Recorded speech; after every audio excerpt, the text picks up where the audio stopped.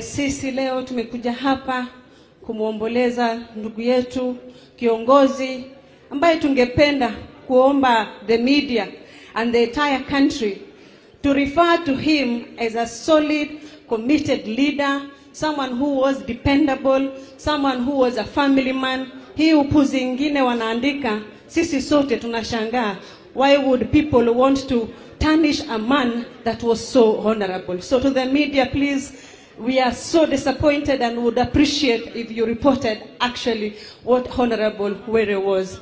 To the family, the two beautiful ladies, believe you me, I served with Honorable Were na alipenda familia yake na aliwapenda nyote wawili na watoto wenu, na kila siku walikuwa anasema wacha nitumie pesa kidogo huyu, wacha nitumie huyu mwingine pesa kidogo. Aliwapenda sana. Were was a depender of women. Aliniambia siku moja, because he is a polygamous man. He told me, Muthoni, ikiwa wewe mwanaume anapenda mwanamke, kwa nini asioe yeye? Kwa nini afanye side chick? He was referring to the fact that men must respect women, and if you love them, you must make them wives. And he made 2 wives, and I appeal to you, tafadhali muendelee kulinda familia yenu na muangalie vizuri watoto wenu, na najua akiwa mahali yuko ataendelea kufurahi.